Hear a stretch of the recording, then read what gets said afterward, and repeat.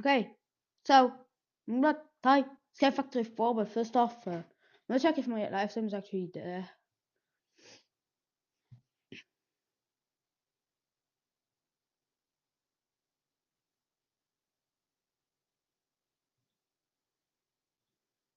Okay, good. What does that mean to have? What up? Yeah, hell. Okay, well. Okay, let's try it now.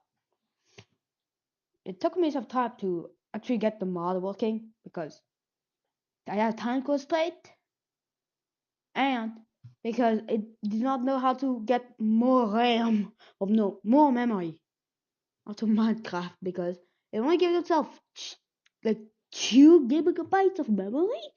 Crazy. It's not a lot, so I decided to give it 4, which might cut my entire live stream, but I hope not. Oh my god, my CPU usage is high. Oh my fuck, my god. My god. Oh my god. Oh my god, this is a huge number of CPU. Okay, it's going down. Why is, dude, this takes a lot of time. A lot of my memory and CPU. Also, BS Studio also does that.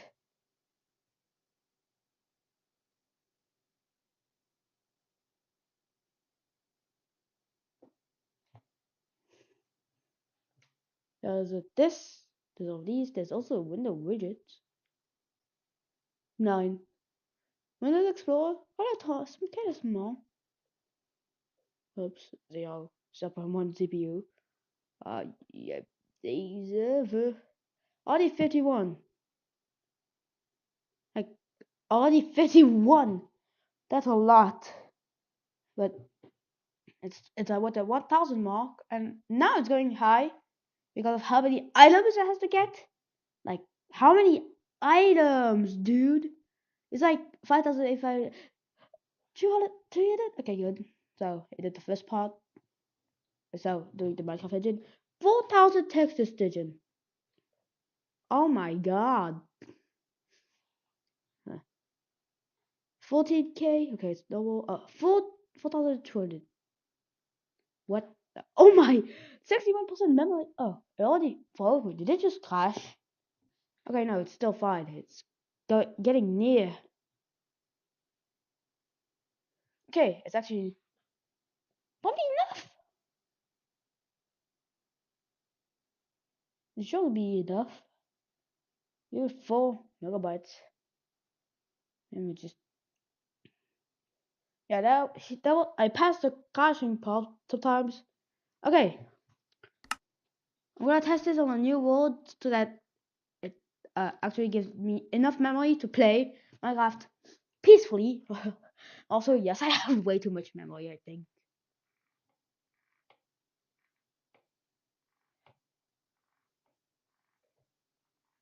Taking a bit of time. 75% memory. Oh my god. Uh, hey, it's playable. Oh, wait. Look, that's happening.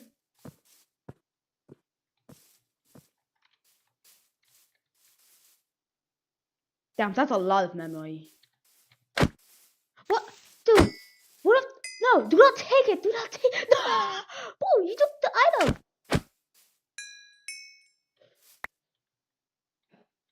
No, I don't know what you do. Yeah, I just have to crouch, that's all. Crouching. Oh, dirt leave. Dirt log.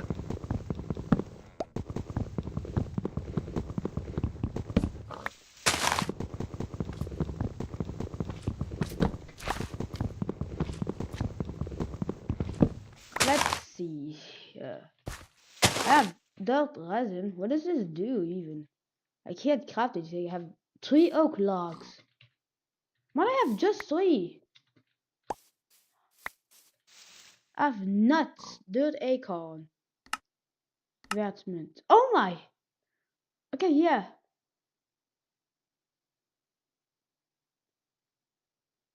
Hello. I'm trying. Okay, I'm actually gonna try. Do not mind my 83% memory. Like 83%, that's a lot. I'm just crazy. Okay, we're gonna actually try. So, okay, so that's default. Y'all popular? I don't know. That's a lot. And now we're going to here. That's the tutorial, the cave dimension, the Sky Crash Factory Landing, Sky Grid,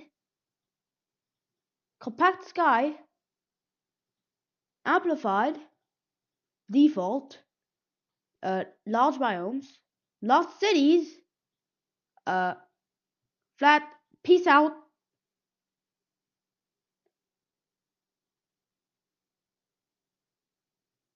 Project 3, Factory, Stone Factory, Observatory, and Sky Village. Let's actually go to the normal, hardcore, no structures. Wait, I don't know if you actually felt calmed down. Okay, I'm gonna actually do so. That's just like dimensions I could go. I have to go to. I'm gonna go to the Sky Factory 4, and I'm gonna go.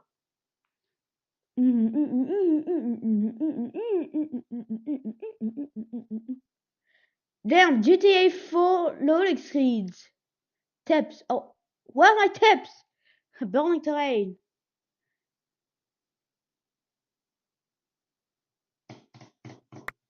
Oh, no. Oh, I think they're here. So I have the builder's wand. What? Toasted bread, coffee, a torch, and an advancement book. Okay, so I'm here. Now let's see. That's a dirt tree.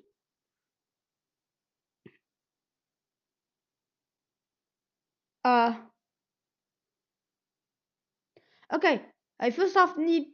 I'm gonna get some saplings because that's loud. Okay, that's very loud.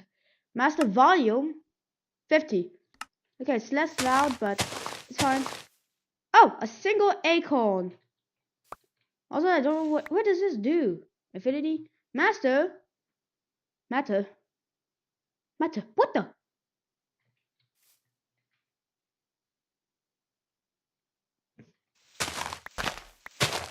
Oh, I got a dirt sapling. Now I can make more dirt. How many dirt acorns am I gonna get?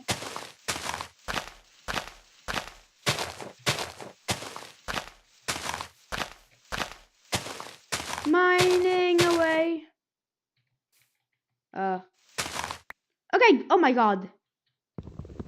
I'm gonna get some wood. Huh. Oh, so that's how you get dirt resin.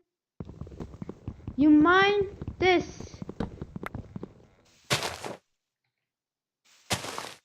No, my dirt acorn.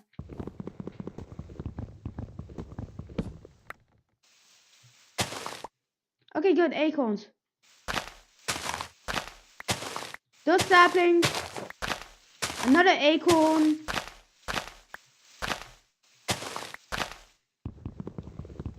And now let's mine some more dirt. Wood. Yes. This is a log with dirt. Wood. Hell yeah. Now I can expand. There we go. I now have a single I'm gonna yes, okay, it's upgraded. How does this work, okay? How do I make do I just make this? No? Do I need to do it like TNT? No? How do I make dirt again? What how do I get dirt essence? What? Yeah, but I don't really know. I'm just trying to get some thing. Yeah, yeah, you're right. You're right, it have to be. I don't even know how to make a single dirt. How to make coals dirt. What's a crafting slab? Oh, yes, I forgot. I have way too many mods. A birthday,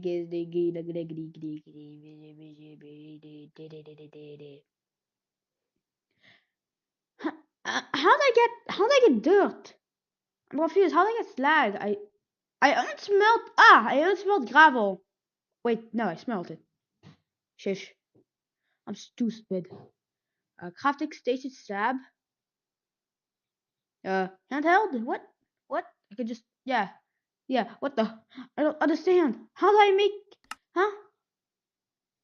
How do I make a single dirt? Well, definitely I have the advancement book that literally just gives me everything. Okay.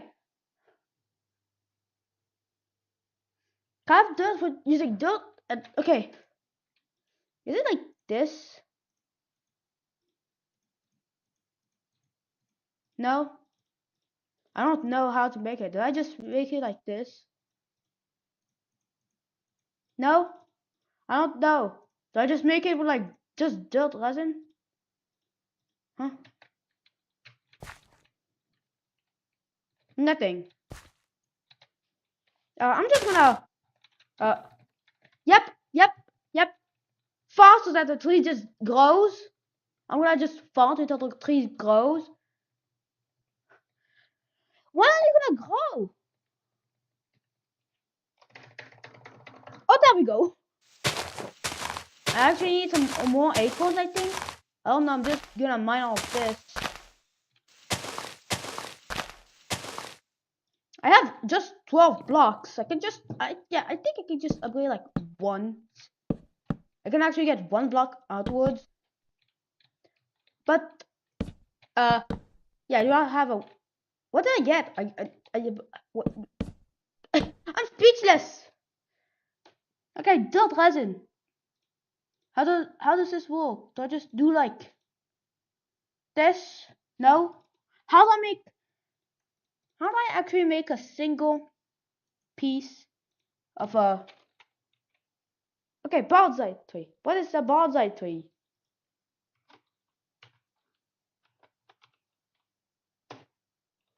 Oh, okay. What? I just want dirt. How do I make dirt? How do I make the simplest block? Dirt.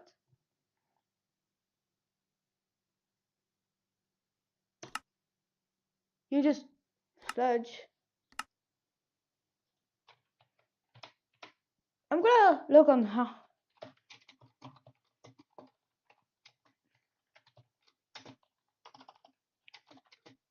Yeah, how do I make that? Dirt block. Huh? Huh? So I need to do this.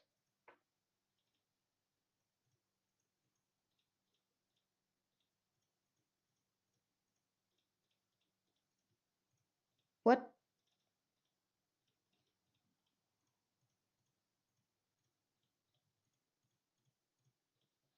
What the? Yeah, how to make a dirt block? 4 dirt acorn. This.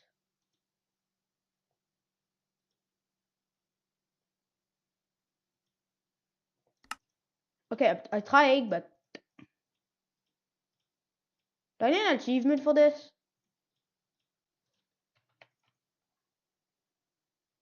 Just please. Just please, I want that. How? How? Dude. Oh, do not fall in the void. That's just the only thing. Myself. Fall in the void means that I'm stupid. How much are you gonna? Yeah.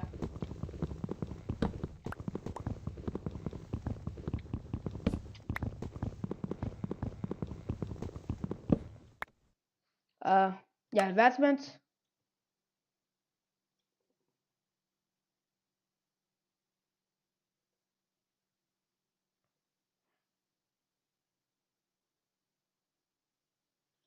Up.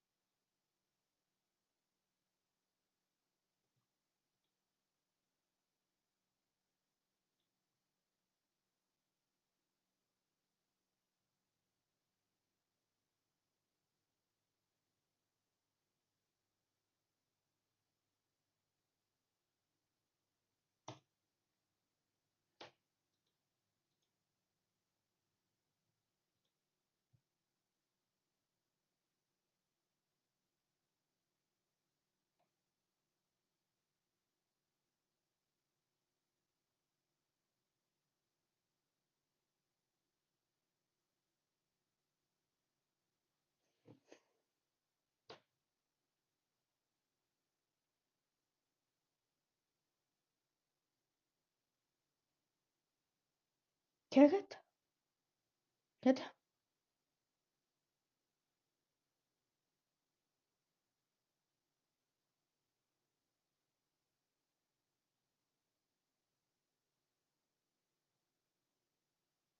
Winter comes. Wait. I'm gonna close my Minecraft. Good. So it says that I need uh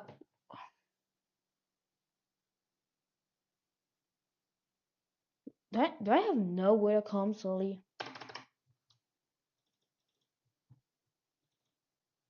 Like really have no winter comes?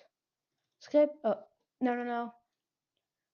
Ba la ba da la la la la la la la la la.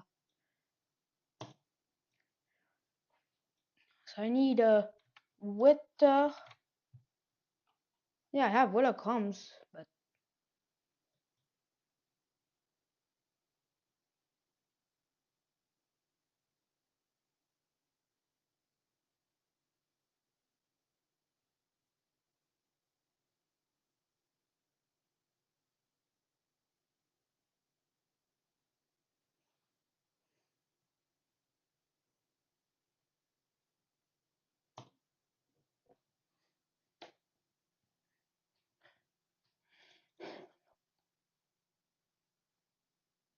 dog packs.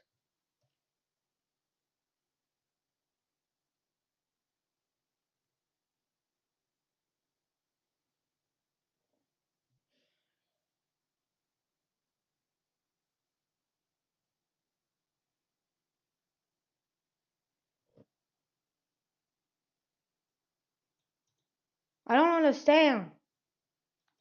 I'm supposed to have dirt resin to make dirt, but I can't. I literally can't. So I guess I'll have to. I don't know why it did not give me a dirt. Like it's not even show. Whoa, so stupid. On this tedious process because it's stupid. Like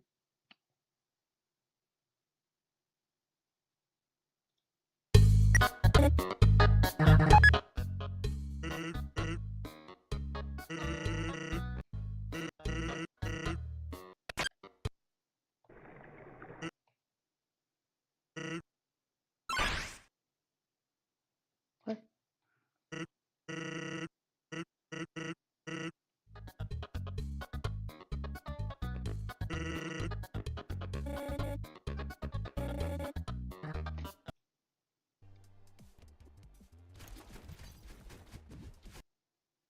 Hello guys. IO games, a genre of free online multiplayer that gained popularity with the success of Agar.io in 2015, according to Google that is. But out of the numerous amounts of games that have been released since then, one particular game got me really tripping out every time I came back from school. The game was Brains.io, a round-based multiplayer survival game. And for those unfamiliar, here's a quick rundown. Each round, a few random players are chosen to be the host zombie. Their job? Infect all humans. Humans, on the other hand, must barricade themselves in rooms, turning these spaces into fortresses if barricaded properly to survive. The zombies earn points by infecting players, while humans earn points simply by surviving. These points can later be spent on items for the next round, which will improve their chances of survival. So with that out of the way, Actually, before diving in, I just want to acknowledge that I've been really inactive lately. The last time I touched Roblox Studio was about 2 months ago, and I want to apologize for my absence. Also, please bear with me if I make any silly mistakes. I'm still a bit rusty. But enough yep, let's get this started. I started by creating the human, zombie, and host zombie avatars. I used an R6 rig and recolored their body parts to visually distinguish between roles. Once the human character was ready, I renamed it to starter character and placed it in the starter player folder to set it as the new default player character. Next, I worked on the infection mechanic. It functions by triggering a remote event on the client side, which in turn fires another remote event on the server side. The server changes the infected player's body color to match the zombies and sets an infected attribute to be true. If not humanoid, get attribute infected. Yeah, I don't even know what this means, to be honest. I also wanted to make zombies raise their hands forward, like normal zombies, but I couldn't figure it out, so I'll scrap that idea for now. Next thing I did was work on the round system. I started by adding a screen GUI to the starter GUI, then adding a frame and a text level to that frame. I positioned the frame in the top middle so it can be properly seen and set the transparency of the background to 1, so only the text will be visible. After that, I started working on the round system script. This may look complicated or painfully wrong to you, depending on how advanced you are, but basically, this script just changes the words on the text level I showed prior. I can also copy these lines of code for the round timer, and finally, I made it so that when the round starts, a random player is chosen to become the host zombie. Host zombies are faster and stronger than regular zombies, so this should be a good way to earn points fast. Speaking of points, I started working on the point system by following the same process as the round system, but this time it's only going to be triggered by an on-server event, which is triggered right after the round starts. And as you can see from my script, I wanted to check if the player is human, which can be done by placing the player and zombies in separate teams. And I have a confession to make. At the time of making this script, I actually had no idea how teams work in Roblox, so I was pleasantly surprised to know that this line of code is actually the correct way to identify which team the player is associated with. Oh my, infinite IQ, an actual genius. How do I make teams actually? How do I make teams? Like, I want a zombie team and a human team. Oh, I actually need to look it up. I haven't scripted any team-related scripts or any team-related mechanics once, so yeah, I'll have to look it up. Okay, so I now know how teams work in Roblox and have added humans team, zombies, and neutral. Right now I'm on the humans team, and in just about 0 seconds I should be on the zombies team next. Yeah, I'm so good, bro. I'm so good. Worried about hacks, DDoS attack. They have languages.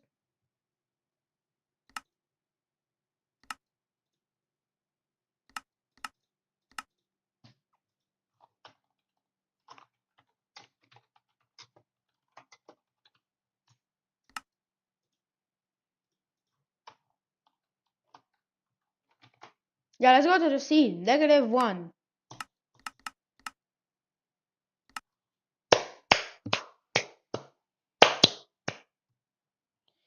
Yeah.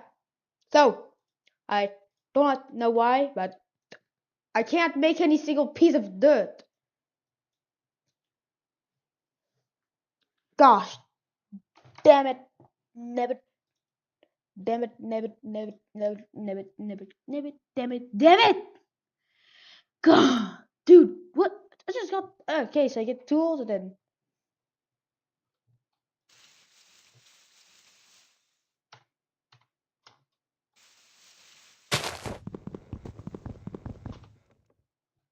How do I make a dirt block?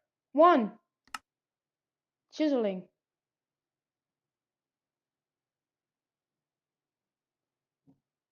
How do I make a chisel? I need iron. How do I make iron? I need iron nuggets.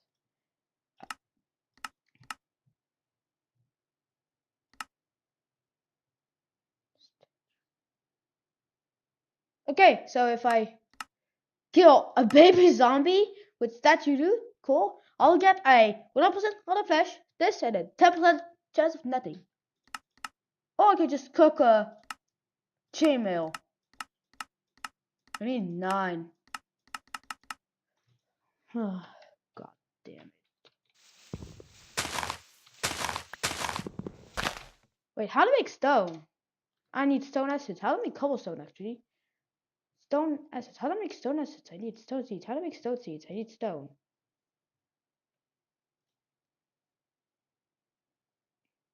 Ah! 1 giant cobblestone. Wait, what? 1 stone?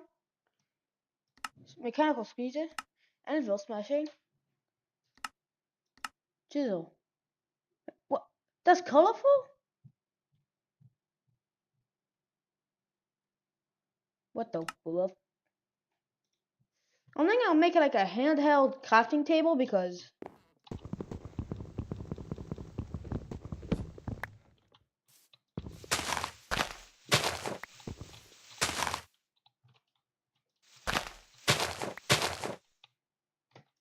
I have a single dirt acorn.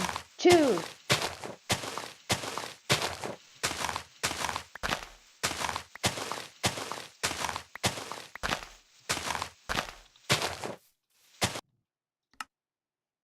I think I'll just like mod something.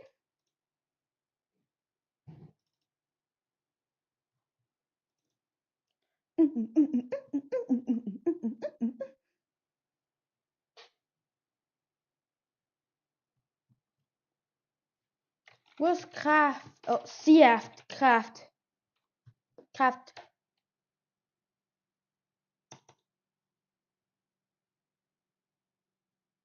Recipes. What's this .zs file?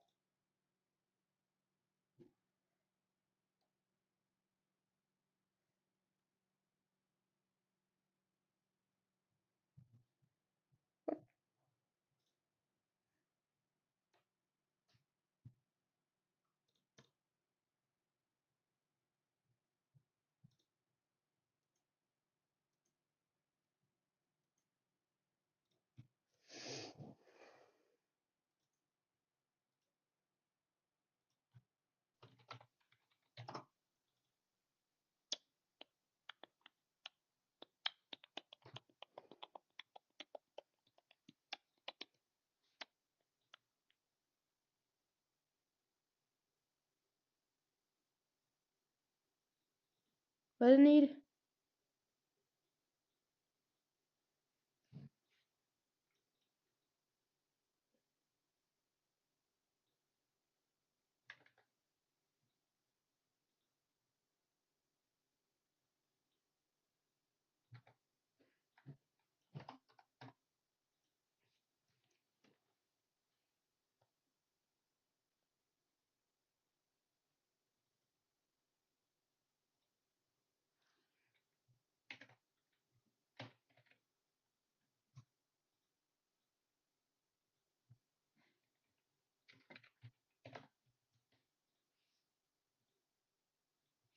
Oh, there's no spaces, there's just underscores.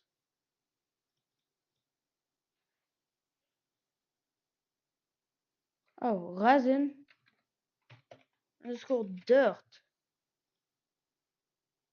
Yeah, look, it's supposed to be this.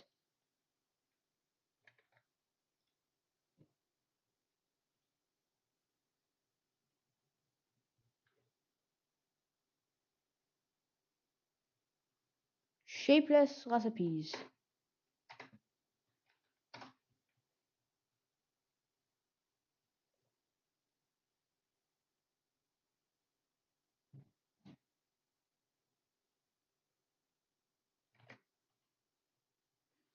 Amber dirt. What even amber dirt is?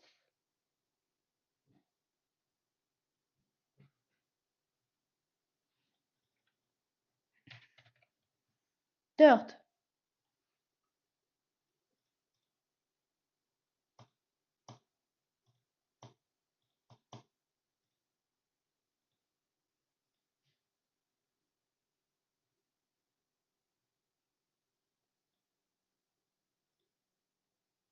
I think I should have fixed it by just modding it myself. I think I fixed it by modding it myself. Yeah, I just added something to just do that and then boom. Headshot.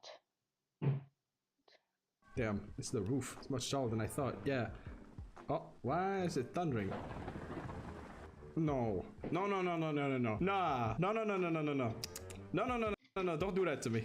Don't do that to me. Don't. Sort of. He's gonna pop up, right? I swear to God. Wow. He's gonna play OMG Hello. Oh, wait. Oh, damn. Wait a second. That would be a great stream title. Oh, shut the. No, no, no, no, no, no. One day, Kirby woke up, and instead of being attacked by gods, he was attacked by early onset gambling addiction, caused by seemingly innocent keychain collectibles that inadvertently act as the gateway to millions of impressionable children being introduced to the rewarding yet dangerous sensation of gacha mechanics. Also, in this game, he has a big suck sometimes. It's Kirby! Jump, collect stars, grab stars, all you need to know. As long as Kirby waves at me, my heart has a pulse. Thank God I'm still living. I didn't see a lot of people waving. Waver, you are banned. Yeah, the gimmick of the game is you can go into the background now. Make sure you turn on your 3D slider on the YouTube video. Oh, and then the other gimmick of the game, addiction. These stupid keychain collectibles. It took me so long as a kid to get them all. Oh, the suck seed. I hate that the keychains are more memorable than the actual gimmick of the game. I may have forgotten about Hypernova entirely. Yeah! Hypernova Kirby! Oh, is that a tree? Kirby really has something against trees, doesn't he? Never call it the suck seed again. You know, that was a bad name for it, wasn't it? Look, I don't know what you want me to call it. It sucks everything in its way. This is a I'm just gonna check if it's. I'm just gonna. Okay, now what do I do with a firestone? I can probably make pants, right? Yeah. What is that? Ooh, that's an evil creep right there. Ooh, that's an evil looking guy. Is he gonna like fight me and stuff? Like, it's not gonna kill anyone here, right? Evil Minecraft would never do this to me, right? Hey man, I'm scared. I'm scared. It's bleeding. It bleeds. It bleeds, dude. It bleeds. That's scary. Dude. It's like baby kind of. A lot of achievements. I would hope so. Nope. Oh, what the fuck? Huh? Why is it red? Why is it? Huh? Huh? What? Oh, wait. Okay. Hold on. Open this up again. We're not done. What the fuck? I for sure thought I was getting like fucking ARG noise. It's just a tutorial video playing in the background. The game kind of crashed it. That's not good. Please tell me like it saved a little bit before I click the advantage. Oh my god.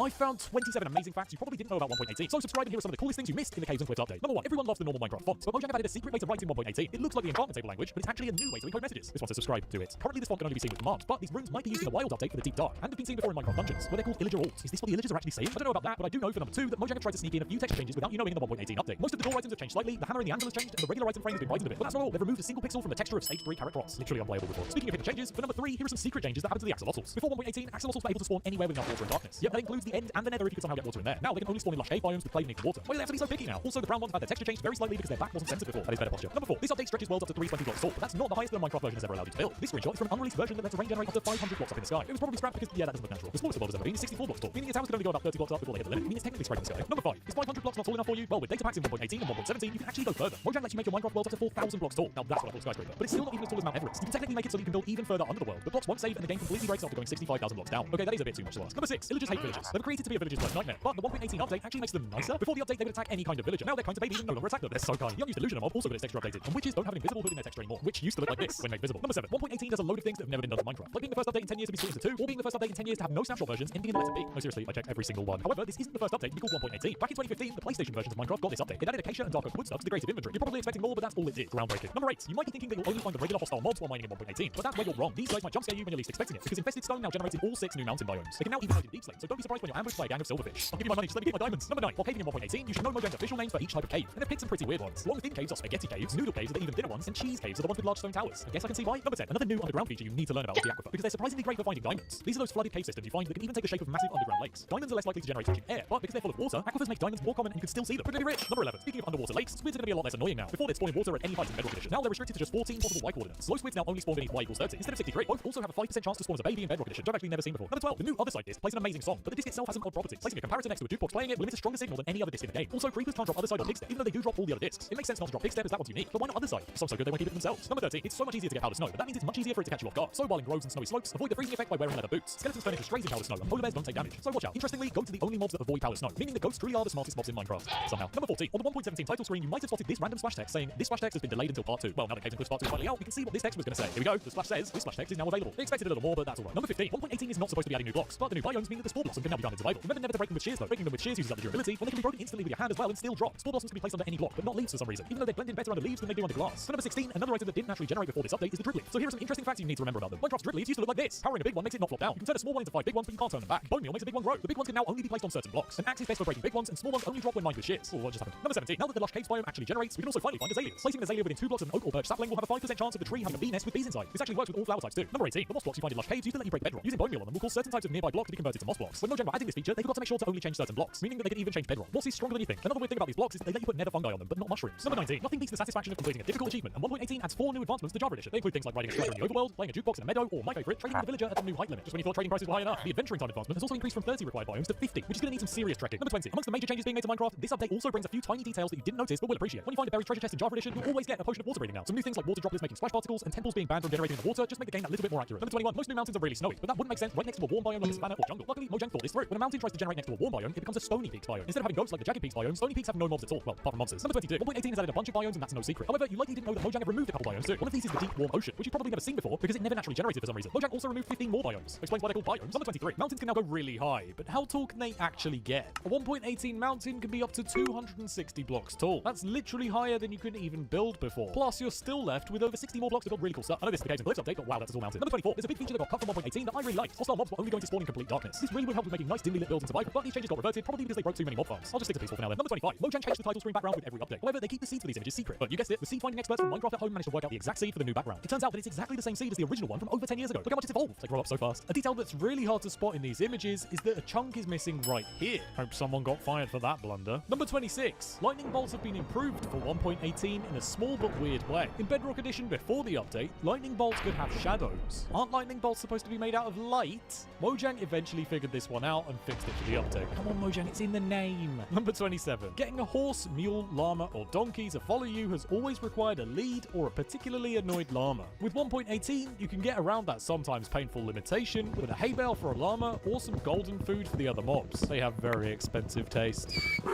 If you want to enjoy playing the 1.18 update even more, watch this video to learn some survival tricks for playing with your friends. Subscribe!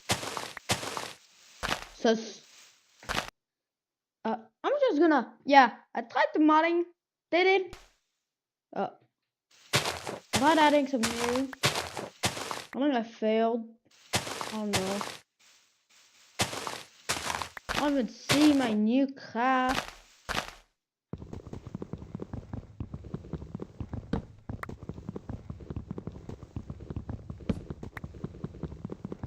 Where's my wood?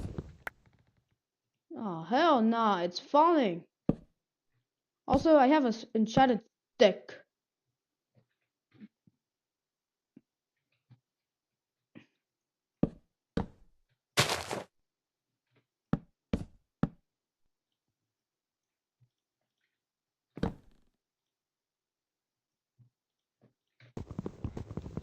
Hold up, I'm gonna destroy my crafting table.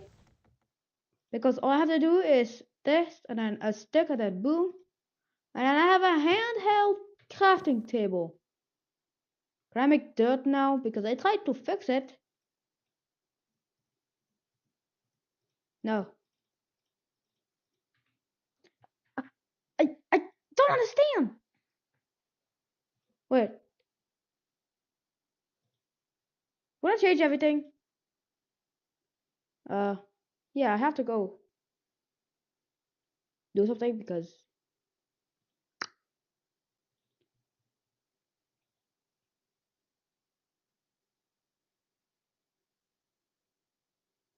just gonna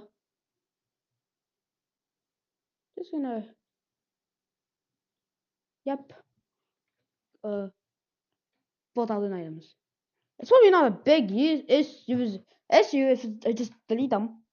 It's not a big issue, not gonna lie. West Coast Forge. There.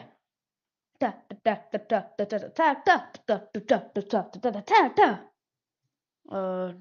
now.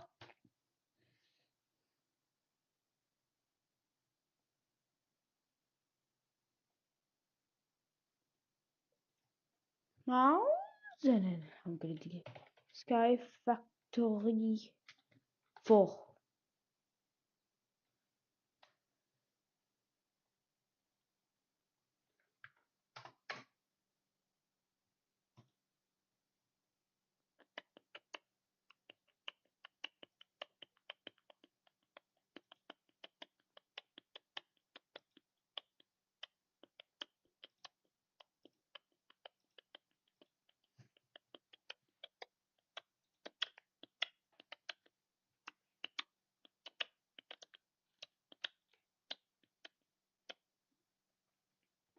Yeah, I'm gonna change it from like this to this one.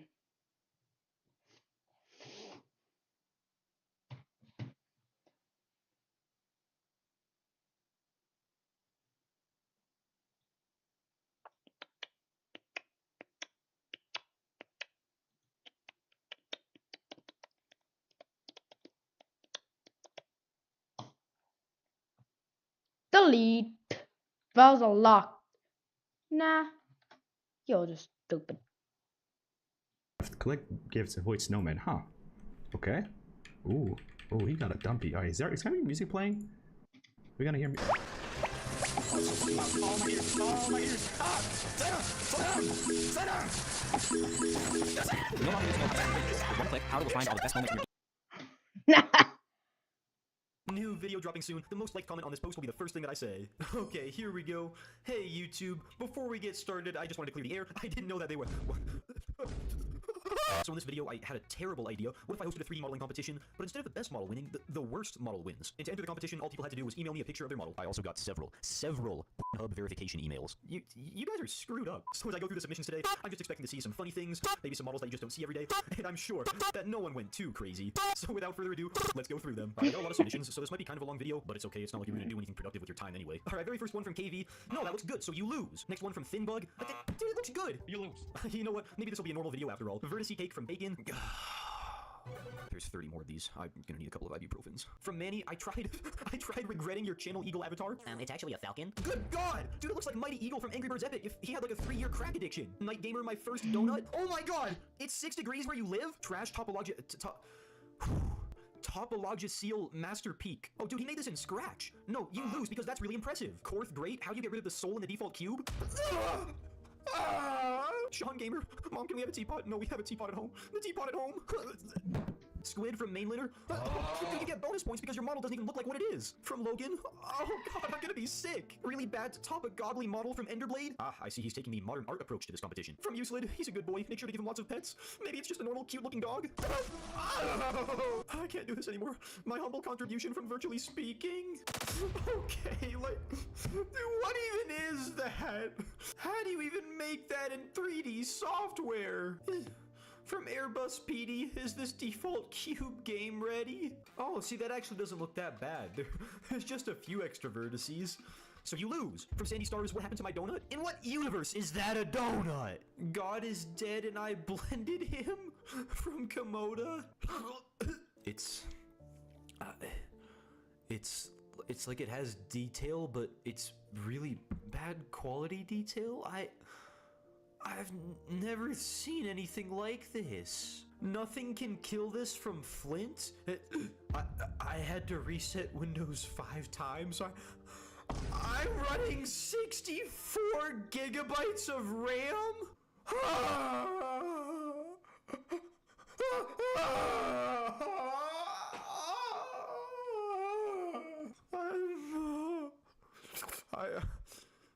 I'm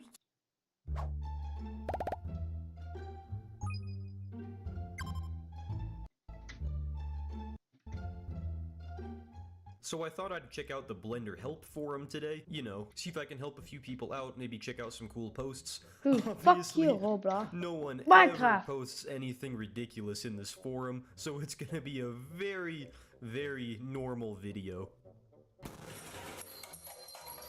Okay, for this first post, is it possible to make this metal working in low poly?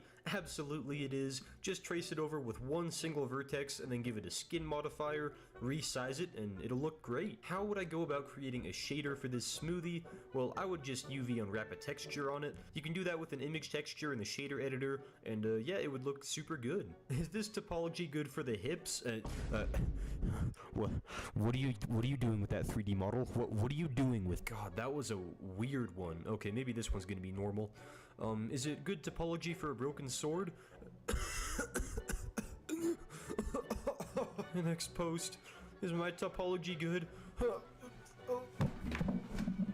Can anyone please tell me why I'm seeing dotted lines here? What version of the Bible is that? Is there a way to bevel like what I'm lusting for? The bevel I desire? How do I collapse these windows?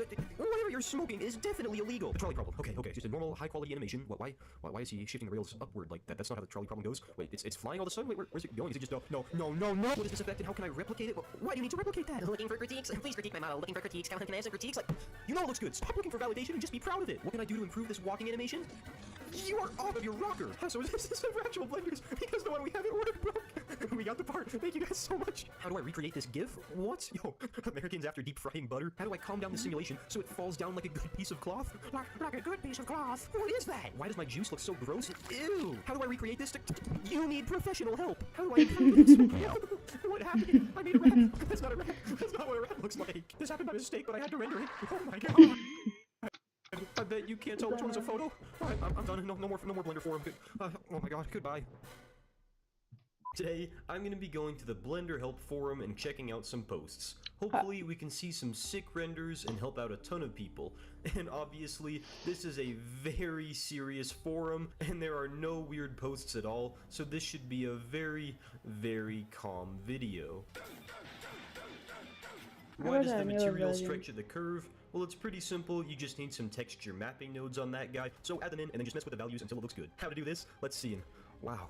Wow, so mesmerizing. Ah, that was amazing. Let's see, I'm making a Star Destroyer, but somehow made a million random vertices, and the file is a gigabyte?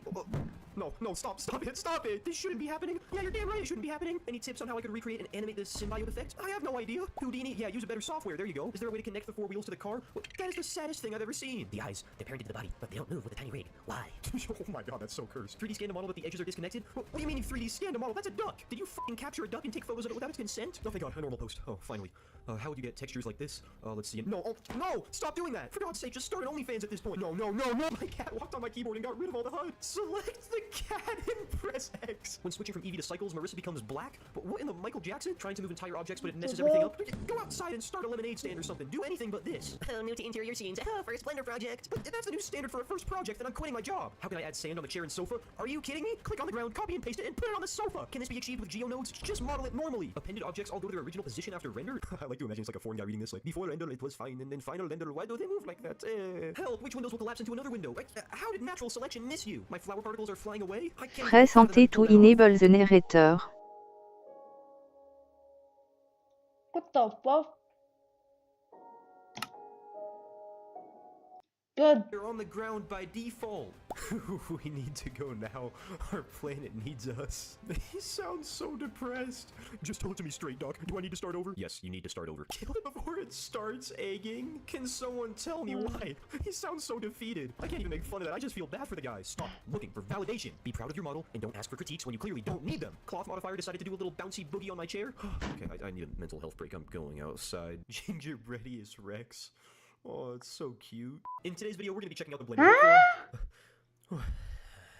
Happy thoughts.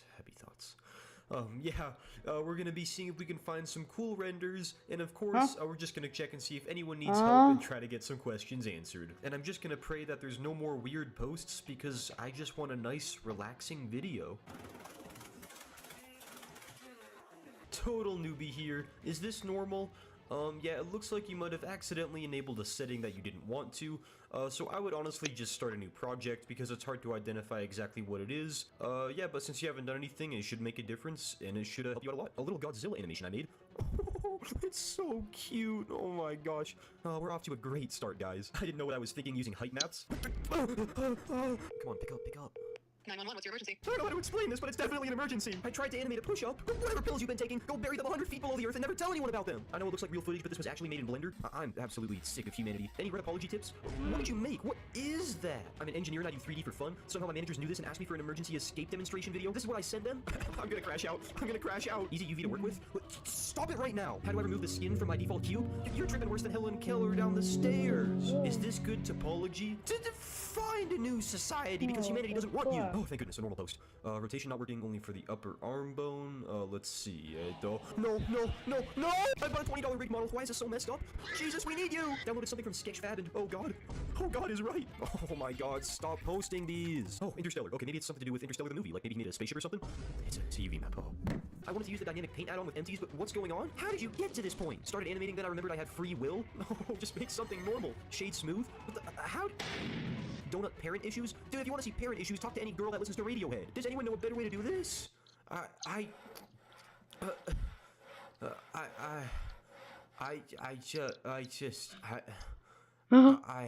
have no words. Oh my, I have so much pain in my heart right now. Good. My live chat has made a full-time profession out of backseating me. So today, I put them in the driver's seat and gave them full control over Kirby. I made you guys a little wheel. You're in the driving seat now, buddy. Hey, stop it. I need to get my controller in there too. Now to let them control Kirby with chat, I went through and assigned them random emoji to be their face buttons. With chat as Kirby and me struggling to keep them on course as the player too, I asked my live chat to beat one single simple level. We did a bit more than that. Keep moving. Chat, move. Literally just move. You're just in. You're in. Okay, you're live. You're good. Play.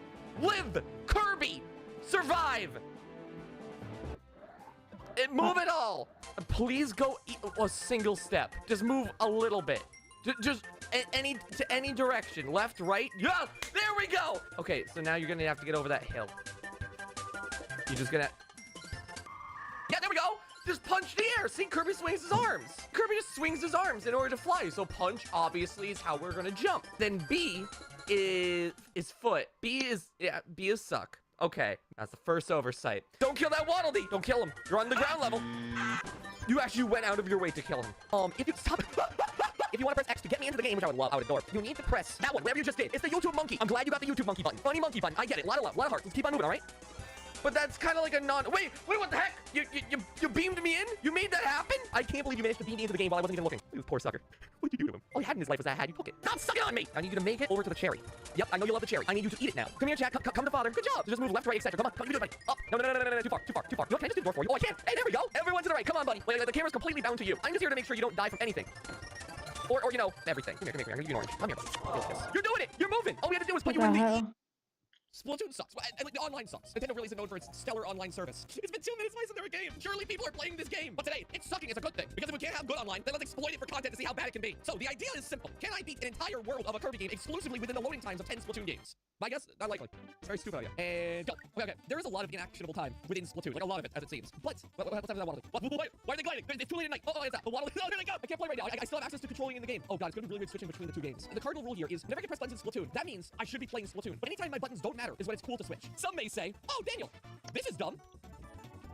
Okay, ready, and Kirby, here we go. We need the longest queue time possible. I think I'm holding hands. That's adorable. 30-second match time. This is beautiful. Can we beat a level of Kirby before we even load a game of Splatoon? Like, oh, right now, it's still doing animations. We're still learning who we have to fight against. Great time to play some Kirby, huh? I have to get the cutscene. Yeah, I love the cutscene. It's perfect timing. Excellent. That was just min-max. Okay, so now my goal, die as quick as possible. I don't want to just throw, you know what I mean? I'm not bad like that. All I'm saying, though, is if I go die, I get to play more Kirby. Okay, quick respawn. Don't even care about the Ultra Ability. And we're respawn. We're back in. Oh, that Waddle Dee's standing right there. I actually am a little worried about my Kirby death right now. I would love to die in Splatoon, so I can avoid dying in Kirby.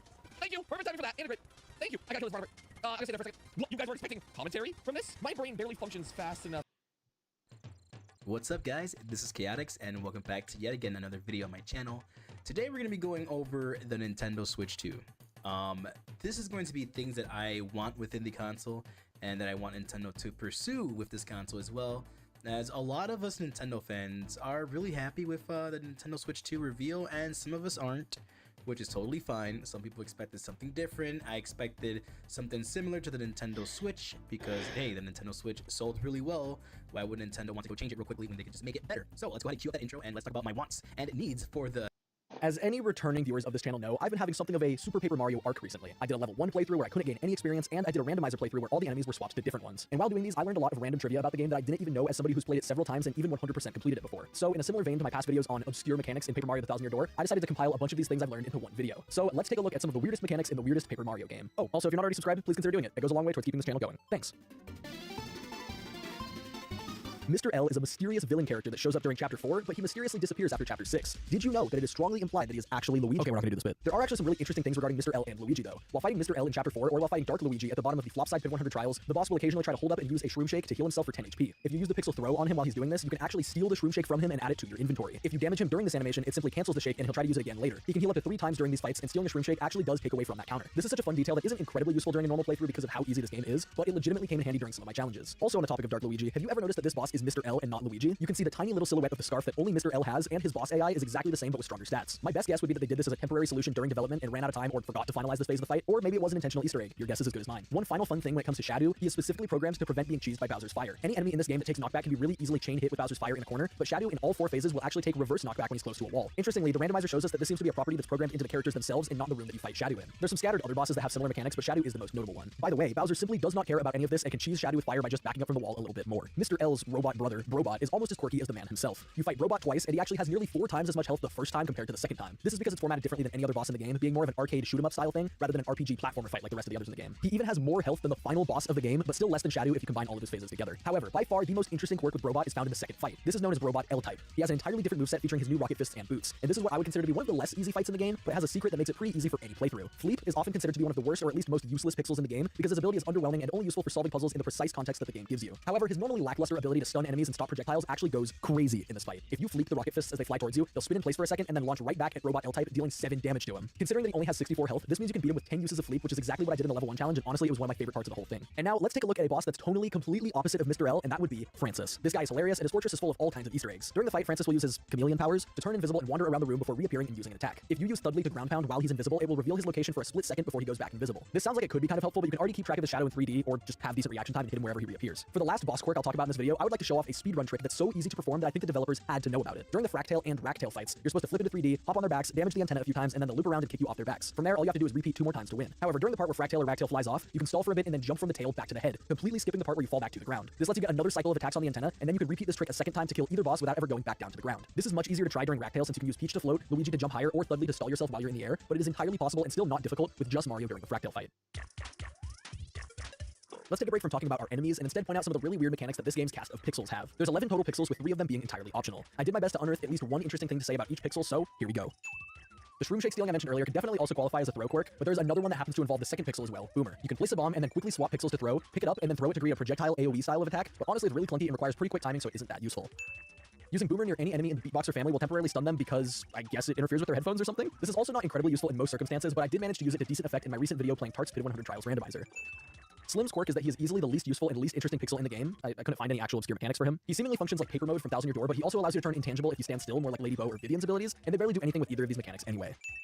You already know how I feel about my guy Thudley. He provides access to infinite height if you do a certain glitch. You can use his ground pound, cancel it, and then you have a handful of frames where you're considered grounded and can flip into 3D. From here, the game assumes that you were just standing on solid ground before flipping and gives you an extra jump so you can get back to safety. This is an intended mechanic, but you are not supposed to be able to go from midair to midair. After jumping again, you can Thudley, cancel, and do all the steps again over and over to gain as much height as you want. It's pretty difficult to time, but there are a lot of fun places to use it throughout even a normal playthrough. I really like using it to reach this pipe to enter the cutscene with Dimencio and O-Chunks from the wrong side, and of course there's the bridge skip in Chapter 7 that requires at least 6 Thudley jumps in a row. And you know what? Thudley is such a fucking goat that I'll give him a second mechanic on this list. He's the strongest attack in the game. Boomer, Thudley, and Kudge all deal double your normal damage when you're using Mario, Peach, and Luigi. But since Bowser already has doubled their attack, he doesn't get any extra buff from Boomer or Kudge. For some reason though, he still does get his damage doubled from Thudley, meaning he can deal quadruple Mario's damage with a ground pound.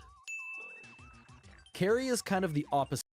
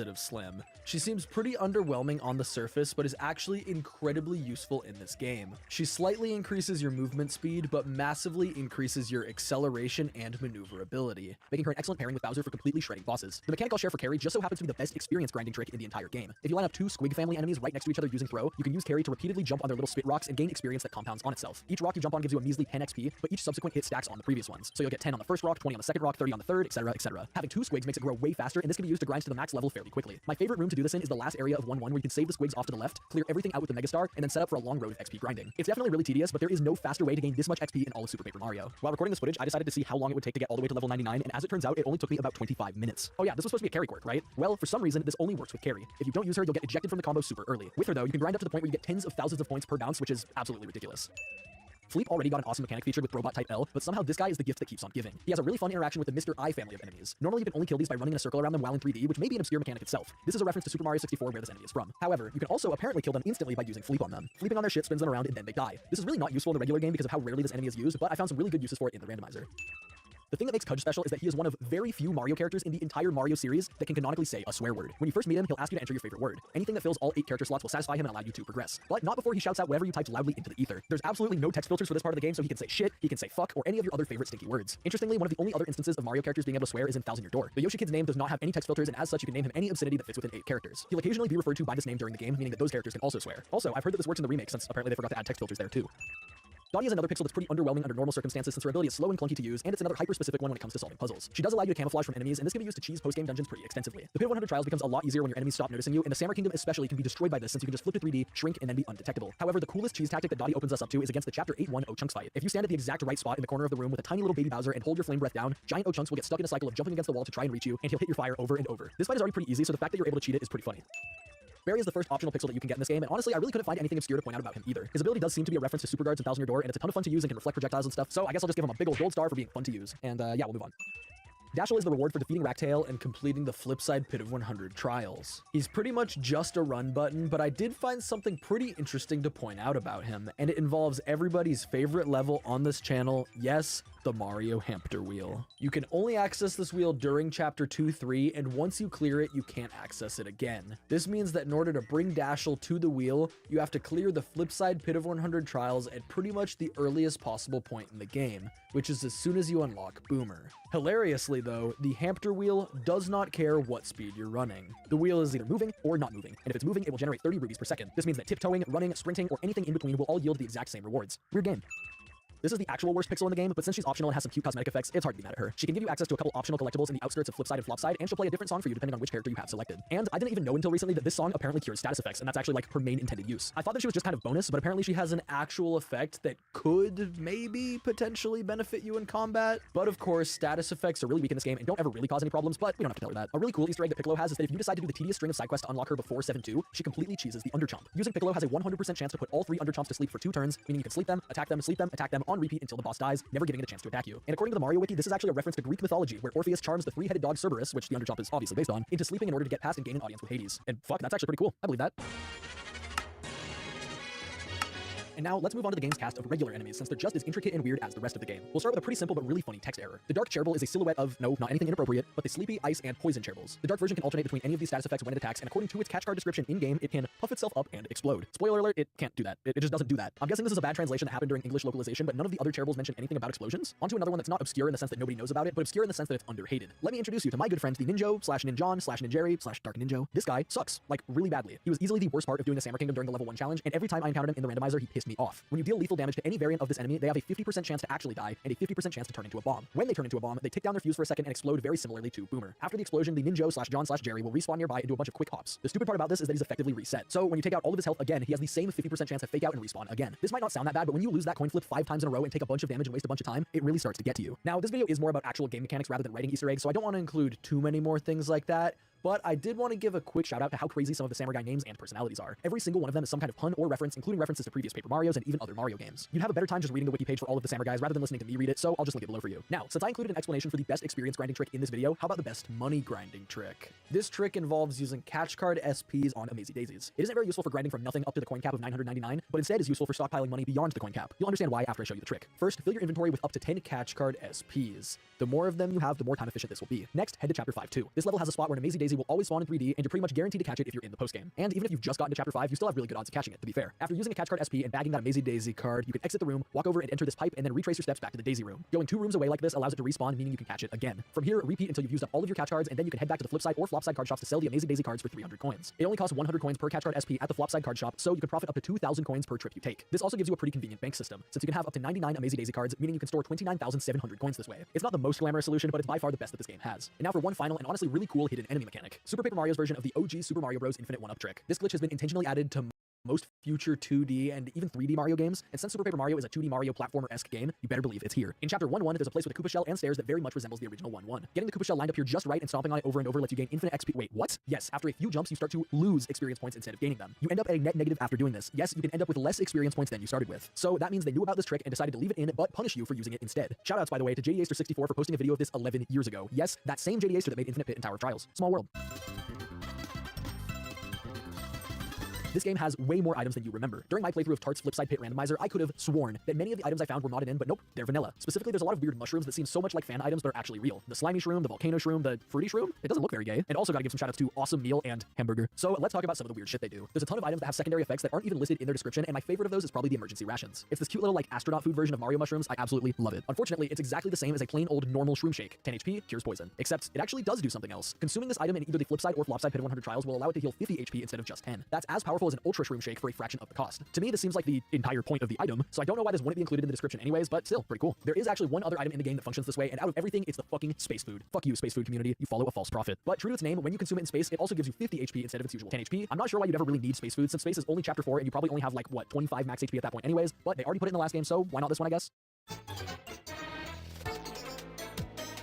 And this feels like as good a segment as any to point out that Wacka exists in Super Paper Mario just like in the previous 2 games, although he is in a much more obscure spot. Just like in both those games, hitting Wacka 8 times will kill him off and prevent him from ever spawning again. For the first time in the Paper Mario series though, Wacka Bumps are renewable from the arcade shop in this game. This does raise some ethical questions, but you're able to get unlimited Wacka Bumps, and maybe you could even consider sparing the living Wacka. He didn't do anything wrong, please don't hit him. This very vaguely falls in line with the NPCs category that we're talking about right now, but mostly I just wanted to save the best for last. What happens if you actually collect 1 million rubies manually during Chapter 2-3 instead of using the intended vault? This is one of the age-old questions of Super Paper Mario, and I know that there's a fair number of people that already know the answer to this question, but based on how many conflicting comments I've seen on the Mario Hamster Mode videos about what actually happens, I figured I needed to include it in this video. Grinding to 1 million rubies has been done manually before by YouTuber King J. Rule, and I've done it twice with Speed Up. It took King J. Rule 11.5 hours to reach 1 million rubies. Now, if you do the math, which I know none of you did, using the 30 rubies per second I mentioned earlier, it should only take closer to a reasonable 9.5 hours or so to collect a million rubies. How did they manage to spend an extra 2 hours getting to 1 million? Well, this wheel has another really stupid mechanic. Each round of Mario Hamster action caps out at earning you 18,000 rubies. So for 10 minutes of running, you rack up 18,000 rubies, and after that you have to get out of the wheel, talk to the boss, and claim your rubies. If you run any longer than 10 minutes, the rubies you earn will just disappear into the ether. I never did this as a kid, but there's gotta be somebody out there that taped their Wii remote button down overnight and was really disappointed to come back to only 18,000 rubies. So to grind to 1 million rubies, you have to get out of the wheel every 10 minutes to claim your rubies, and the further away you are from the 18,000 cap in either direction makes it even less efficient. And what do you get from doing all of this? What happens if you don't even open the vault and just bring Mimi 1 million legally obtained rubies? Nothing. Absolutely nothing. Mimi reacts the exact same whether you got the rubies from the vault or from the wheel or presumably from the regular ruby room either. Nobody has ever farmed manually to 1 million on this one because it would take literal days. Now you might be thinking, oh well, at least you can skip getting slim if you don't need to open the vault. No, you can't. In order to get to the star block, you need to slip through this crack in 3D with visibility. The developers of this game patched in a really arbitrary ruby cap to prevent people from just grinding rubies AFK and created a failsafe in case somebody still did manage to do it, and they didn't even bother to give Mimi any special dialogue or anything. Bravo, Vince. That's gonna be it for today's Obscure Mechanics video. I'm sure Super Paper Mario has always felt like one of those games to me that's just begging for a randomizer. It has one, and we're going to be playing any enemy in the game can be replaced with any other enemy, boss, and occasionally other objects. There are a few bosses that I had to exclude because they would crash the game 100% of the time, but most of them work well enough, including the endgame super bosses. This is going to be a fun one. If this describes you, then subscribe, but if this describes you, I love you. Okay, this room is the furthest I've played, so I do know what enemies are here, but everything after this will be completely blind. That's right. It sucks you at the beginning because a Count Bleck attack particle spawns here. For some reason, this has like a vacuum effect when it first shows up and then never again. I don't know if the Count Bleck particle damages me. Okay, that's most of my health gone. I have to flip to get past this thing. Okay, I will need to flip again here. Oh yeah, Goomba card. This is really gonna help. Okay, so there's our health back. Oh god.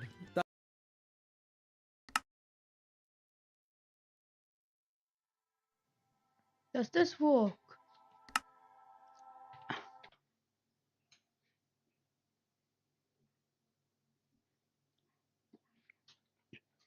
Okay, I can just tell.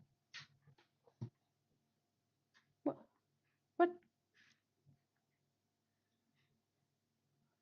The fuck? Just.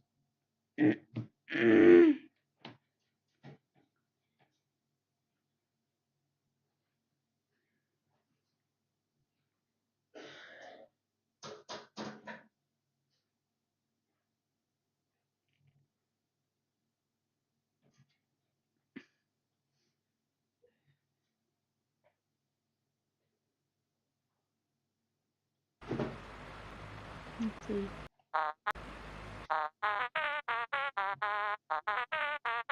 What? His printer just stopped. Okay. No. Nah. So this now works. Oh. Okay, so yeah, I need to add Google. So how to add a browser and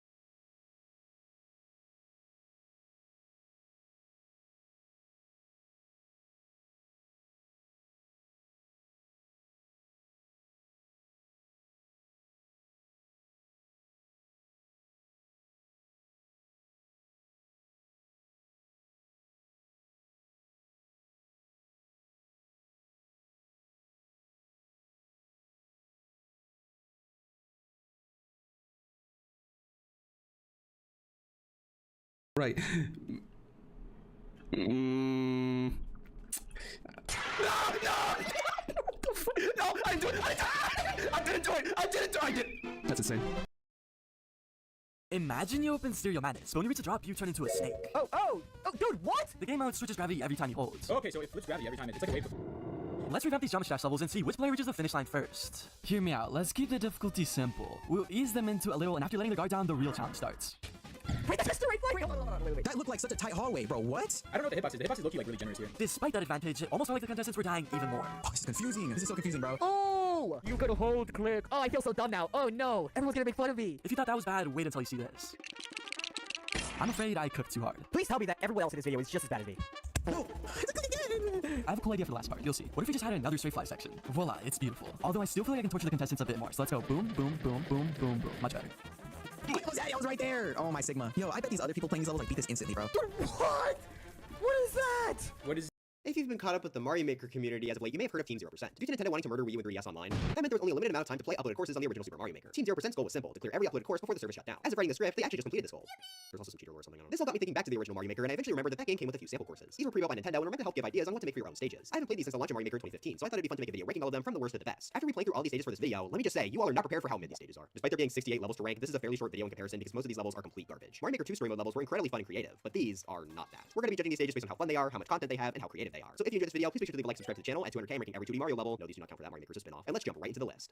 68, Spinning Boo Buddies. This level lasts for approximately 5 seconds. Literally, the entire level is a single staircase with a boo ring on a track. It takes absolutely no effort to beat and isn't creative in the slightest. I guess if you want me to compliment it, the ghosts are spooky, I don't know. 67, Cornucopia. On the complete opposite side of the spectrum, this level lasts for way too long. This is an auto-scroller, which if you've seen my previous videos, you know that I don't really like. They usually just slow down a level and make it drag on for far longer than necessary, and that's definitely the case here. This is over a minute of just collecting coins. There are barely any enemies, and most of those enemies are just Lakitus dropping more coins. I don't understand how anyone could like this level. I mean, what do you even need coins for in this game? You can't buy amiibo costumes, so it's just pointless. What I guess is even worse is that this level likely inspired little babies to make something similar, which is truly criminal. The only reason this is above last place is because at least it feels like like a tiny bit of effort went into it. Plus, it shows how differently each of the game's dispensers shoot out coins. Still though, this level is awful and goes on for far too long. 66, underwater automation. First off, I don't like underwater levels. They're just not fun to control Mario in. Secondly, I don't like auto levels. Believe it or not, putting your controller down and doing literally nothing is not that interesting. At the very least, this level lets you swim through it without having to watch the auto, but that's not really fun either. Like the last level, this is also built for the crime of inspiring people to make auto levels, which absolutely plagued Mario Maker. Still better than refreshing special levels, at least for auto levels I'm not having a seizure. 65, Superstar Dash. You get the star and then you run through some enemies. Did a 5-year-old design this? 64, even trampolines dream of flying. At first I thought this maybe had a chance of being interesting. While yes, it is another auto scroll, its idea is solid, having springs with wings flying over the void. To last for 10 seconds, I guess we can just move on now. 63, find the fire flower. There are 2 spiny towers in front of you that are too tall to jump over. To get past them, you have to find a fire flower. The fire flowers are located in these blocks underneath, but only 2 of them have the flowers. So that makes this a guess and check minigame. And as soon as you do find the flower, the stage just ends. Incredible. 62, spiny tower demolition. Wow, I guess someone really hates spinies because we have to destroy another tower. This time though, you have to use a Koopa, which is launched from a bullet blaster on top. This one is better because you don't have to guess and check, and the Koopa jump scare can be mildly dangerous. 61, attack stack. Basically the exact same thing, but the enemies are all different, and the Koopas come from a pipe. Very creative, guys. 60, creepy crawly Bowser tower. Okay, we have a more original idea now, with 3 Bowsers are shooting fire at the player. You have to avoid it until you reach the end, which is kind of a cute idea. Sadly, this is an auto scroller that once again lasts for about 20 seconds. At least this idea did have potential, unlike the last few. 59, be brave and get up close.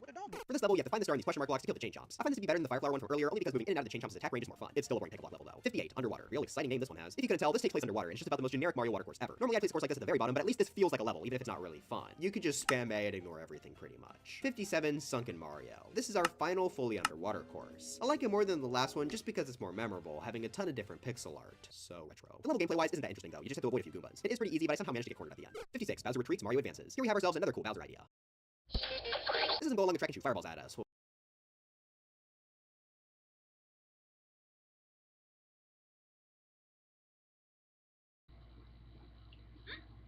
Oh, hi, right now is about to be the best time after all those.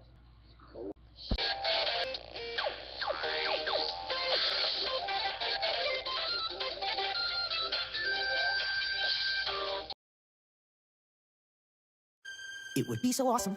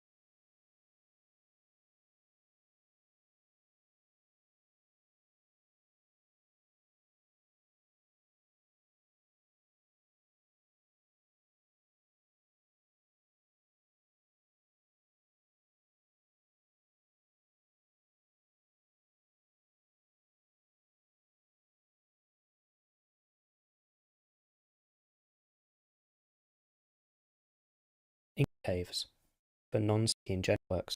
And brightness. Although this super settings, it's really, you know, up where it says is ticked, and then go to users, called options. Double click on.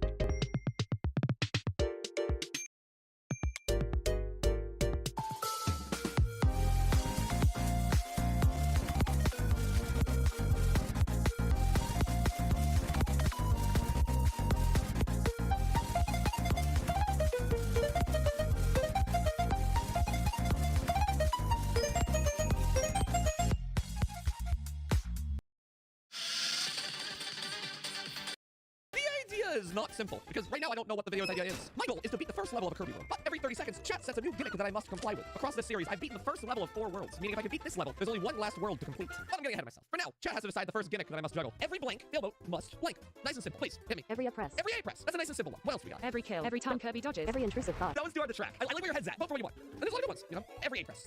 Nice and simple. What happens, chat? You must show keys. Too simple. Sacrifice a stream GUI element. Sacrifice an element from my stream. Wait, that's awesome. If you must sacrifice an element from the stream doesn't win, I'm bringing it back for a future vote. That's so funny. The idea every time I jump, I have to lose a stream element. It's like a script game.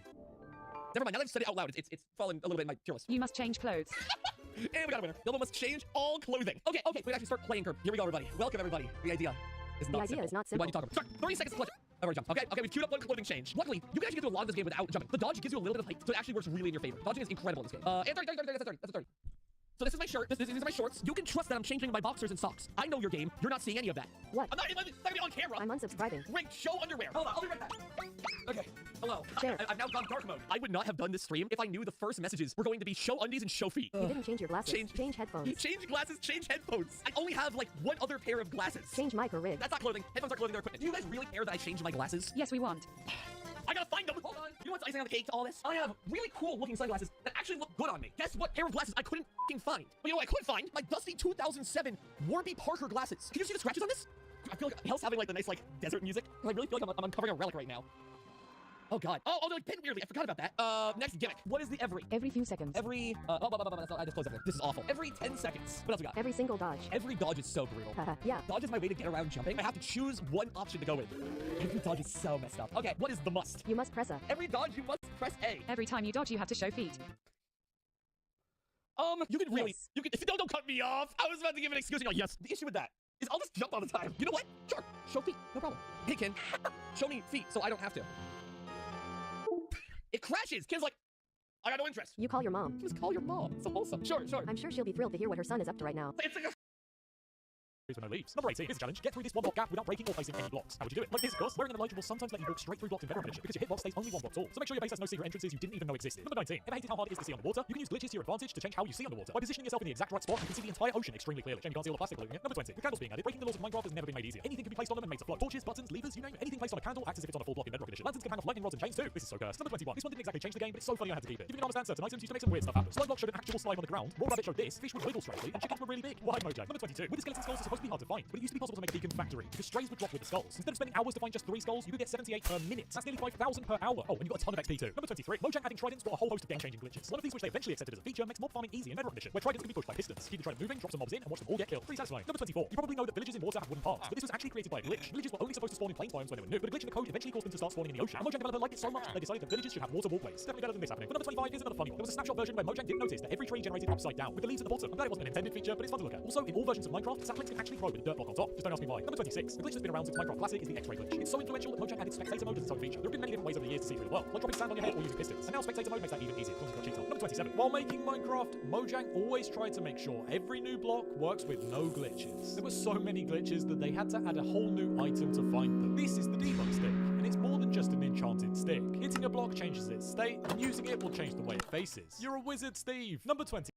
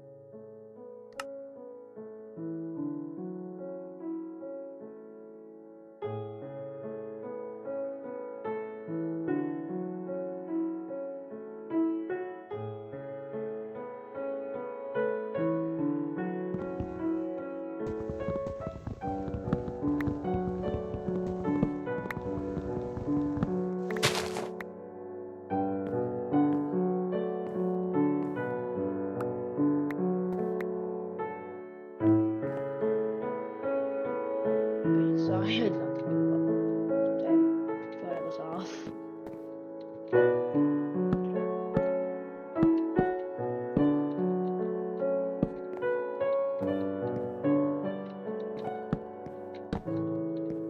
Yes.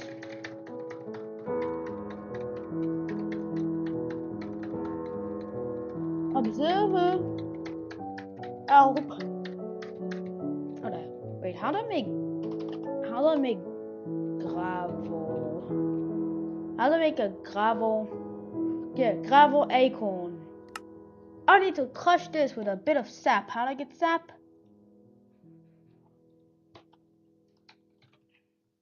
Sap. How do I get sap? What?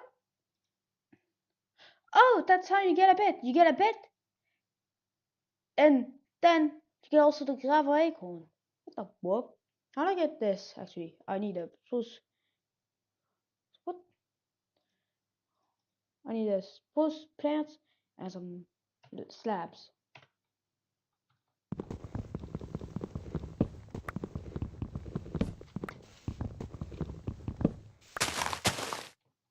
Damn, another sapling. Yeah. This is an easier way. Oh no, I lost one of my stuff. That's what's like, I think. God damn it. That's gonna be cool, probably. Oh no, just suck at the game.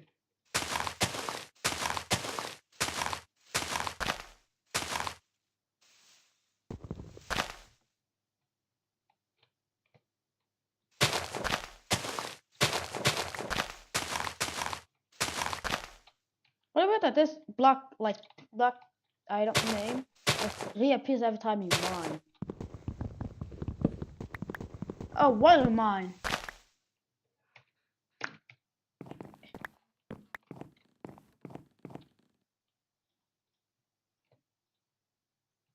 Let's see, so it's like this.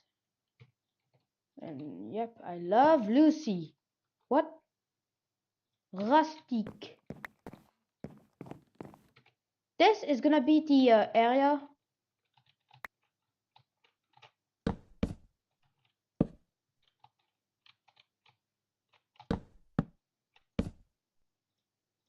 We'll get like items like,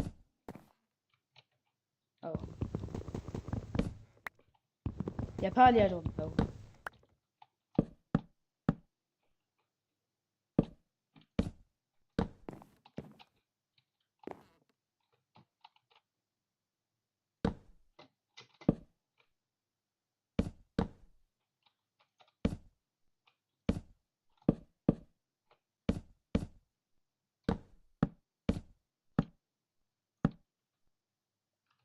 Let's see, can I put petrified acorn in?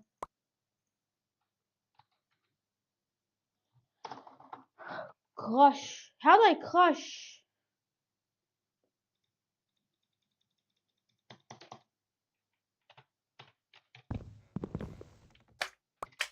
Oh, you jump on it.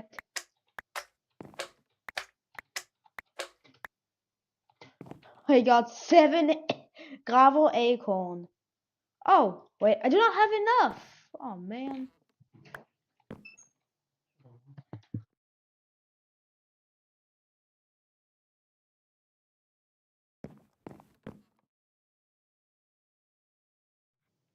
I found 1 extra acorn. I'm just gonna... Yo, I can make a single gravel tree. Oh, oh, oh. Did I put a single petrified and I get a single gravel sapling? Don't deceive on me. Jokes. Like, what next? What? Bone sapling? Clay? What the? How do I get better? How do I get better tools? Like,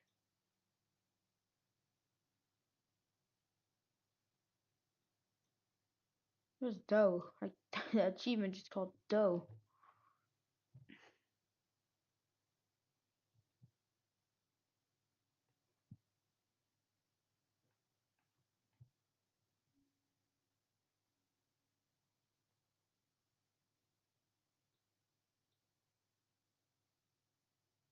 Let it go.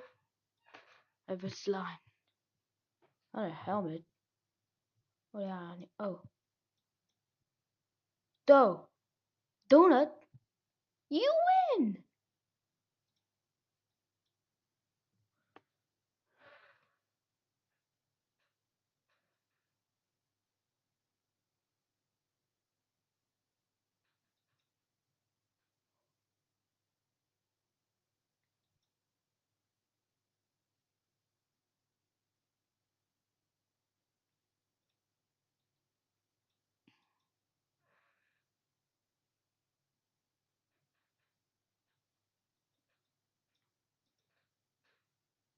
You win.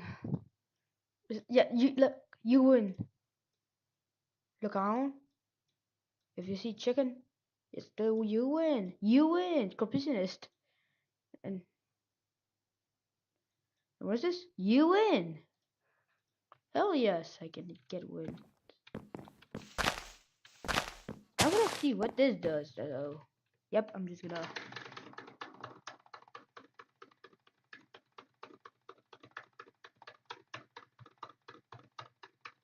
Beautiful spam. Oh, there we go. I believe.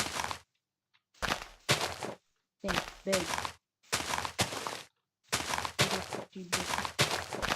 It's bigger than expected with 3. Yeah, 3.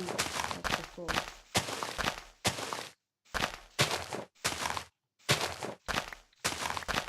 I'm getting. There we go. I got my snapping back. That's pretty hard to create them because okay, I broke it.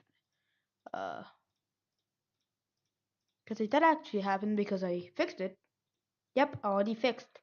Yeah, all it does, all it requires to fix is just a pull. I got a flint. What? How many grass? I need a leaf and an overworld matter. Zombie data, skeleton data. grandma. Superior, self-aware.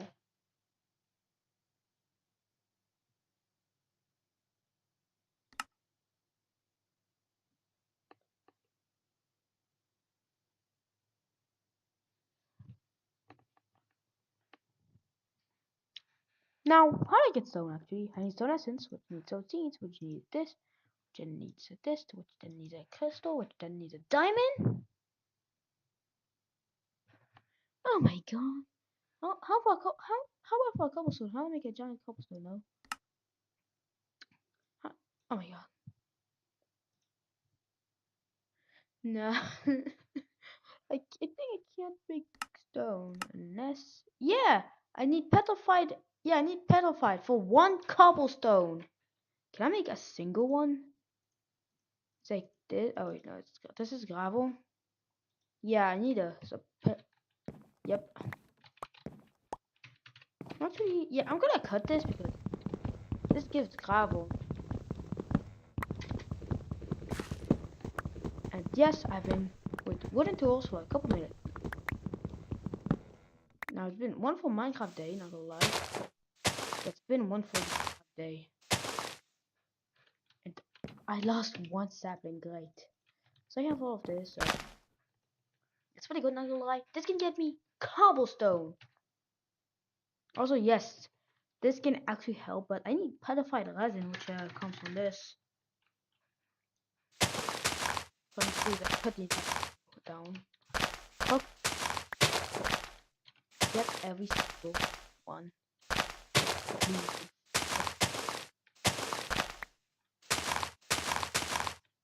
So it's actually fixed now. Yeah. So yeah, I did not like, I could not make a single bit of dirt, so, but I only 1 person back. Now I can make it.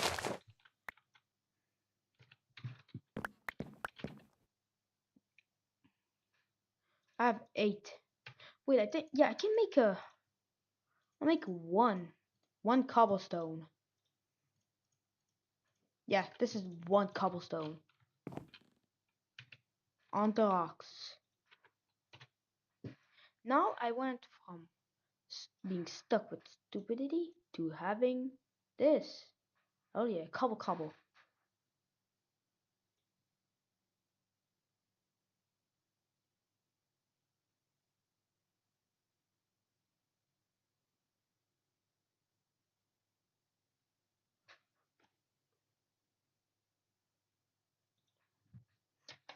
How do I make a cobble?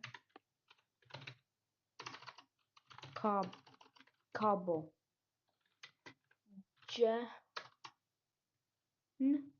Bucket of mud. I need a bucket, a water bucket, like any type of bucket with water, dirt, and cobblestone. This. Wait, how do I get pig? Pig chunk. Pig seeds. Well, yeah.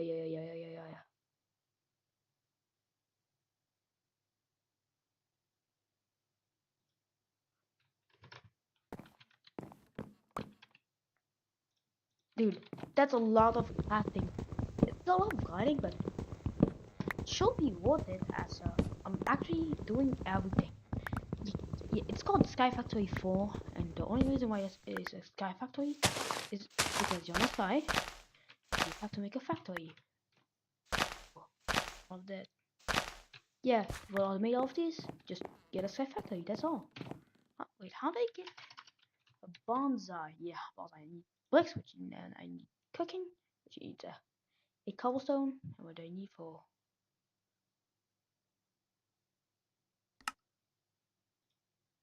How do I make a clay block? I need clay acorn.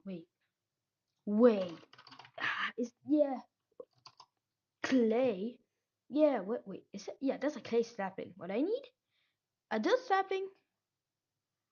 And with petrified resin and a dirt resin makes a clay sapling. Okay, I think I can make it. So I need my dirt, this one, and then do this. And now clay icon. Now also I'm gonna craft a single cobblestone again because that thing is valuable, like very valuable. And now let's get a single clay sapling done. Yep. Okay. It's good. It's kind of like the same way. Yeah, I get. Wait, don't tell me I just skipped an achievement. Okay, that's bake a leg, which I need bone. How do I get? How do I get actually? Yeah, that's my question. How do I get that? How do I get a bone sapling? Like, look, I need a bone sapling, which then needs bone meal. How do I get bone meal? I need a bone. How do I get a bone? I need bone skeleton assets. I need skeleton, which needs. What the? Okay. How do I make bone meal? How do I get a block? Oh, what? What? How do I get bone acorn? Okay, I can't. Good. I need a petrified and a bone meal. Needs a bone block. Which needs bone resin.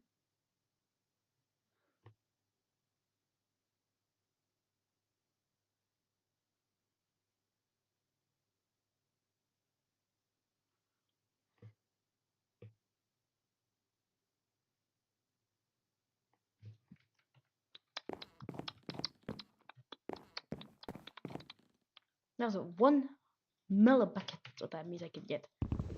Also, yeah, you have to jump on it for some reason. Pretty weird. Yeah, I did not even cut half. And my cook is about to get broken. If it get broken, it doesn't. It just stops working. Yeah, that's what it does. Stop working. Like, look, shift broken. Oh no, full durability. That's not a lot, not gonna lie.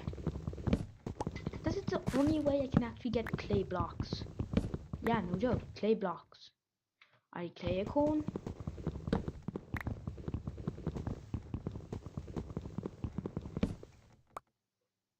So I can't. I need string. Needs a. Yeah. How? How? Okay. So I almost have everything at the start. Okay, good. But now I need like a leg, and I can't. I can literally not do that. So I'll have to craft and get a single like clay thing. Oh no, that's the only thing I can actually. The bulk that I have to mine it manually. So let's actually craft some of the resin. Woohoo! Let's craft a single clay block, which then can make full clay balls, which then makes a single unfilled bucket. How do I make a filled a bucket? What is this? Is this good? What happens if I just try to get it?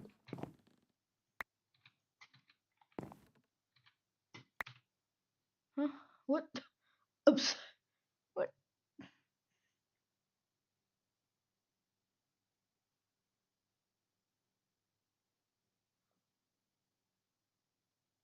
I need a bucket cast. Oh, how do I make clay bucket cast? Molten clay.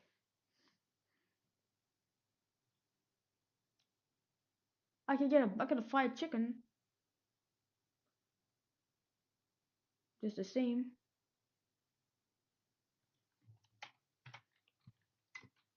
And school makes me not able to do a lot of things. What does the unfilmed bucket do?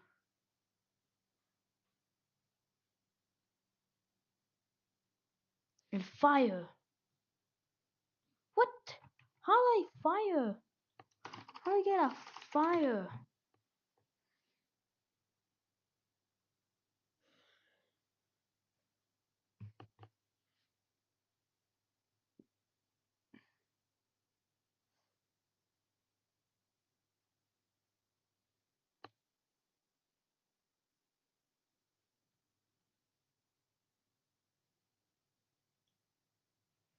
Hold on, I cannot do that.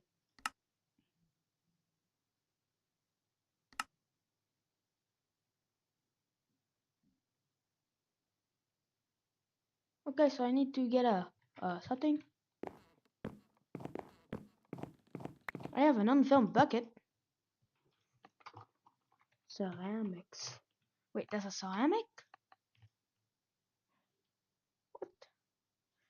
I'll have to end the streams very soon, like because of goddamn school. Yes, it's now 1 hour before. I have to do it. Well, I just put my what?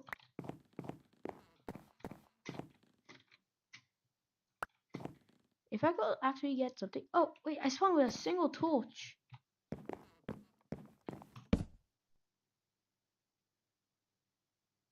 That's everything I can do. Like I have a stall of food. I have a coffee. Oh, can I already drink it? Oh, that's a good thing. Easily. Well, I'm gonna quit.